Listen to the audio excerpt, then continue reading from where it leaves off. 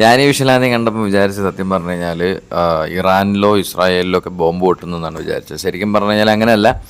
ഈ വീഡിയോയുടെ കൂടുതൽ വിശദാംശങ്ങൾ പരിശോധിച്ചപ്പോഴത്തേക്കും മനസ്സിലായത് തൃശ്ശൂർ പൂരത്തിന് വേണ്ടി പാറമേക്കാവ് ദേവസ്വത്തിന് വേണ്ടി നിർമ്മിച്ച കുറച്ച് പടക്കങ്ങളാണ് ഇത് നിർവീര്യമാക്കി കളയുന്നത്. തൃശ്ശൂരിൽ തന്നെയുള്ള ഒരു സ്വകാര്യ വ്യക്തിയുടെ പാറമടയിൽ വെച്ചിട്ടാണ് ഇതിനെ നിർവീര്യമാക്കുന്ന ഒരു ദൃശ്യങ്ങളാണ് നമ്മളിപ്പോൾ കണ്ടുകൊണ്ടിരിക്കുന്നത്. ഇങ്ങനെ ചെയ്യുമ്പോഴും ശരിക്കും പറഞ്ഞു കഴിഞ്ഞാൽ മാലിന്യ പ്രശ്നങ്ങൾ അന്തരീക്ഷം മലിനമാകുന്നു എന്നുള്ള ഒരു കാര്യം സത്യം പറയാൻ നമുക്ക് എല്ലാവർക്കും അറിയാം അല്ലേ.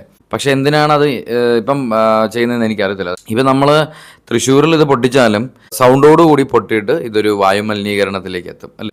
ഇവിടെ സൗണ്ട് ഇല്ലാണ്ട് അതിൻ്റെ മരുന്ന് മാത്രം എടുത്ത് കത്തിച്ച് നിർവീര്യമാക്കി കളയുകയാണ് ചെയ്യുന്നത്.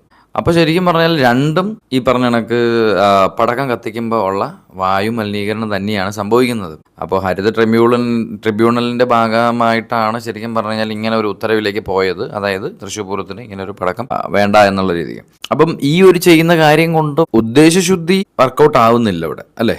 അവരുദ്ദേശിച്ചത് ഇതിനെ അവിടെ കത്തിക്കേണ്ട ഇവിടെ നിർവീര്യമാക്കി കളയാമെന്ന്. ആ നിർവീര്യമാക്കുമ്പോഴതൊരു പൊല്യൂഷൻ ഉണ്ടാക്കുകയാണെന്നുള്ളത് ആരും കാണാത്തതാണോ കണ്ടിട്ട് കണ്ണടയ്ക്കുന്നതാണോ എന്നറിയത്തില്ല.